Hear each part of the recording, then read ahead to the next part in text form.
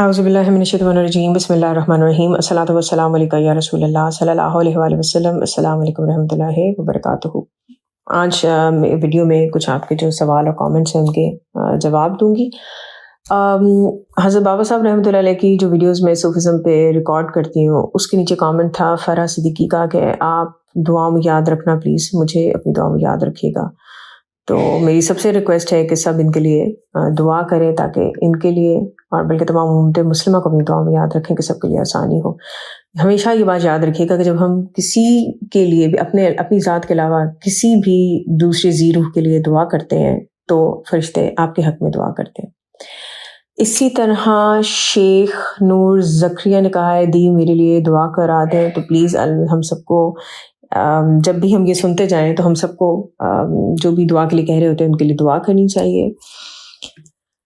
हाँ, हिफ्ज़ा कंवल ने कहा है कि बाजी कसरत से क्या मुराद है? अगर हम दरूद इब्राहिमी पढ़ रहे हैं तो मिनिमम तादाद क्या होनी चाहिए? देखिए, कसरत से मुराद 100 भी कहा जाता है, कसरत से मुराद 313 भी कहा जाता है, 500 भी कहा जाता है और 1000 भी कहा जाता है। तो आपके लिए जो आसानी है आप वो क्वांटिटी पढ़ें। मज़ीद ये कि आपने पूछा कि अगर दरूद इब्राहिमी पढ़ें तो मिनिमम तादाद क्या होनी चाहिए? 11 मरतबा पढ़ लें, 10 मरतबा पढ़ लें, जो आपके लिए आसानी हो। क्वांटिटी डेफिनेटली मैटर करती है। हम मन्नत मानते हैं क्वांटिटी की कि लाख, सवा लाख या 1 करोड़ की हम नियत करते हैं। तो आप इसमें देखें कि जितना आपका वक्त जो है वो ज़्यादा दुरूद शरीफ पढ़ने में गुजरता है वो तमाम वक्त आपका रहमत ही रहमत है और आपको दुनिया और आखिरत के तमाम गमों और फ़िक्रों से आज़ाद करता है। व्हाट्सएप के ऊपर एक बहन ने सवाल किया था, राधा कमेंट किया था कि जब ये कहा जाता है कि दुरूद शरीफ पढ़ने वाले लोग चुने हुए लोग होते हैं और हर किसी को ये नेमत नसीब नहीं होती, तो फिर हम लोग क्यों परेशानियों से, आजमाइशों से गुजरते हैं और हमें कितना सब्र करना पड़ता है अपनी जायज़ ख्वाहिशात को भी पाने के लिए। ये बात मैंने बहुत मर्तबा कही है कि कोई भी एक ऐसा शख्स इस दुनिया में नहीं है कि जिस पर कोई आजमाइश ना आई हो। आप कुरान शरीफ उठा के देखें और आयत पढ़ें आजमाइश के ऊपर। सूरह मायदा की आयत नंबर है 48, उसमें एक लाइन है, अल्लाह ताला कहते हैं कि इसका मतलब यह है कि वो चाहता है कि इसमें तुम्हारी आजमाइश करे जो उसने तुम्हें अता किया है। इसी तरह सूरह अनफाल जो सूरह नंबर 8 है उसकी आयत नंबर 28 है, उसमें अल्लाह ताला कहते हैं कि और जान लो तुम्हारे अम्वाल और तुम्हारी औलाद वाक़ियतन आजमाइश है और यकीनन अल्लाह ताला के पास बहुत बड़ा अजर है। इसी तरह सूरह तौबा की आयत नंबर 126 में अल्लाह ताला कहते हैं और क्या वो देखते नहीं कि यकीनन एक बार या 2 बार वो हर साल आजमाइश में डाले जाते हैं। कुरान मजीद में जो 20वीं सूरा है सूरह तहा उसकी आयत नंबर 131 में अल्लाह ताला कहते हैं और आप नज़र उठाकर भी ना देखें उसकी तरफ जो हमने उनमें से मुख्तलिफ किस्म के लोगों को सरो सामान दिया है, दुनिया की ज़िंदगी की जीनत है, ताकि हम उन्हें इस आजमाइश में डालें और आपके रब का रिज़्क ही बेहतर और ज़्यादा बाकी रहने वाला है। इसी तरह सूरा नंबर 22 की यानी सूरह अल हज इसकी आयत नंबर 11, इसमें अल्लाह ताला कहते हैं और लोगों में कोई ऐसा है जो किनारे पर रहकर अल्लाह ताला की इबादत करता है, फिर अगर उसे फ़ायदा पहुंचता है उस पर तो मुतमईन हो जाता है और अगर उसे कोई आजमाइश आती है तो चेहरे के बल पलट जाता है। सूरह फुरकान जो कि 25 नंबर सूरा है उसकी आयत नंबर 20 के एक पोर्शन में अल्लाह ताला कहते हैं और हमने तुम्हें एक दूसरे की आजमाइश का जरिया बनाया है, क्या तुम सब्र करते हो? और आपका रब हमेशा से ही सब कुछ देखने वाला है। सूरा नंबर 39 अज़्ज़मर उसकी आयत नंबर 49 में अल्लाह ताला कहते हैं कि फिर जब इंसान को कोई मुसीबत पहुंचती है तो वो हमें पुकारता है, फिर जब हम उसे अपनी तरफ से कोई नेमत देते हैं तो वो कहता है कि मुझे सिर्फ इल्म की बिना पर ही दी गई है, बल्कि वो आजमाइश है लेकिन उनमें से अक्सर लोग नहीं जानते। 64 सूरा अत-तगाबुन की आयत नंबर 15 में अल्लाह ताला कहते हैं कि तुम्हारे माल और तुम्हारी औलादें तो बस आजमाइश हैं और अल्लाह ताला के पास बहुत बड़ा अजर है। सूरह बकरा की आयत नंबर 155 में अल्लाह ताला कहते हैं और यकीनन हम तुम्हें खौफ और भूख से, मालों, जानों और फलों के नुकसान में से किसी न किसी चीज़ से ज़रूर आजमाएंगे और सब्र करने वालों को आप खुशखबरी दे दें। इसी तरह एक और बहुत आयत मशहूर है कि अल्लाह ताला सब्र करने वालों के साथ है।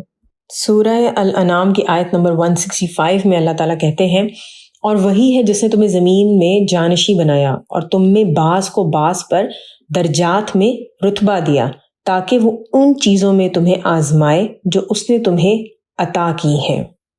یہ جو ڈفرینٹ آیات میں نے آزمائش سے ریلیٹڈ آپ کو قرآن سے بیان کی ہیں، ان کے علاوہ بھی اور بھی بہت ساری آیات ہیں جن میں یہ بھی بتایا گیا ہے کہ کس طرح ڈفرینٹ نبی علیہ السلام جو ہے وہ آزمائشوں سے گزارے گئے۔ حضرت ابراہیم علیہ السلام کی آزمائش کا ذکر کیا گیا ہے۔ کہنے کا مقصد یہ ہے کہ ہم کن چیزوں سے آزمائے جاتے ہیں، اپنی خواہشوں کے ذریعے۔ مال، اس میں خالی پیسہ نہیں آتا، اس میں ہر وہ چیز آ جاتی ہے جو اللہ تعالیٰ نے آپ کو عطا کی ہے۔ آپ کی ایبلٹیز ہو سکتی ہیں، آپ کی پڑھائی ہو سکتی ہے، آپ کی عقل ہو سکتی ہے، جس میں اللہ تعالیٰ نے آپ کو دوسرے انسان کے اوپر کسی طرح برتری دی ہے۔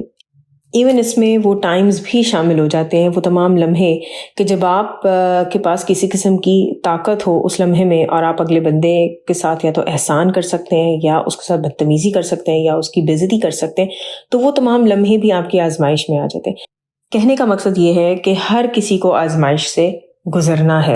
میں آپ کو بہت سارے لوگوں کے واقعات سناتی ہوں، ماشاءاللہ ان کے اتنے زبردست مشاہدات ہوتے ہیں، خواب ہوتے ہیں، ان لوگوں کو جاگتے سوتے میں بھی حضور پاک صلی اللہ علیہ وسلم کی زیارت نصیب ہوتی ہے۔ تو آپ کو کیا لگتا ہے کہ اگر وہ اتنا سارا دروش پڑھتے ہیں تو کیا وہ آزمائشوں سے نہیں گزرتے ہوں گے؟ بالکل گزرتے ہیں۔ تو اللہ تعالیٰ ہمیں دے کے بھی آزماتے ہیں اور نہ دے کے بھی آزماتے ہیں، اور وہ تمام خواہشات اور انسان اور رشتے کے جو ہمیں بہت عزیز ہوتے ہیں، یا وہ تمام چیزیں جو ہمیں بہت عزیز ہوتی ہیں، جن کی ہمیں بہت خواہش ہوتی ہے، ان سے ہی بھی ہماری آزمائش ہوتی ہے۔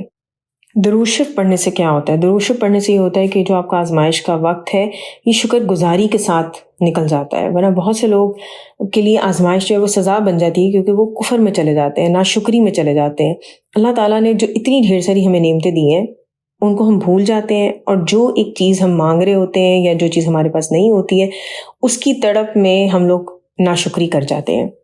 آپ درود شریف پڑھیں تو جب وہ لمحے کہ جن میں آپ کا ایمان کا لیول ڈاؤن ہو رہا ہوتا ہے تو اللہ تعالیٰ آپ کے لیے وسیلہ پیدا کرتے ہیں، ہمت پیدا کرتے ہیں، لوگوں کے تھرو آپ کو مدد پہنچاتے ہیں، اور آپ کو ان کمزور لمحوں سے نکال لیتے ہیں۔ درود شریف جب آپ پڑھتے جائیں گے رحمت نازل ہوتی چلی جائے گی اور آپ کے دل کو سکون مل جاتا ہے۔ کبھی ایسے لگتا ہے نا کہ جن سوالوں کے جواب نہیں مل رہے ہوتے کہ یہ ہماری دعا قبول کیوں نہیں ہو رہی، تو ان سوالوں کے جواب ملتے ہیں، اور آپ اس چیز کو لکھ لیں کہیں کہ درود شریف پڑھنے والوں کو دعا کی قبولیت میں جو دیر ہوتی ہے، یا اگر کوئی دعا قبول نہیں ہو رہی تو باقاعدہ یہ بتایا جاتا ہے کہ ڈیلے کیوں تھا، اور اگر یہ دعا قبول نہیں ہوئی تو کیوں نہیں ہوئی۔ باقاعدہ آپ کو اپنا جس میں فائدہ ہوتا ہے وہ بتایا جاتا ہے۔ بہرحال دعا ہمیں یہی کرنی چاہیے کہ اللہ تعالیٰ ہمیں ہر مشکل وقت سے، ہر آزمائش کے لمحے سے اپنے حبیب حضرت محمد مصطفیٰ صلی اللہ علیہ وسلم کے صدقے شکر گزاری سے نکال دیں۔ اللہ تعالیٰ ہمیں دنیا آخرت و جہاں میں حضور پاک صلی اللہ علیہ وسلم کا ہر لمحے لمحے کا قرب اور ساتھ عطا کریں۔ آمین ثم آمین۔ الصلاۃ والسلام علیکہ یا رسول اللہ صلی اللہ علیہ وآلہ وسلم۔ السلام علیکم و رحمۃ اللہ وبرکاتہ۔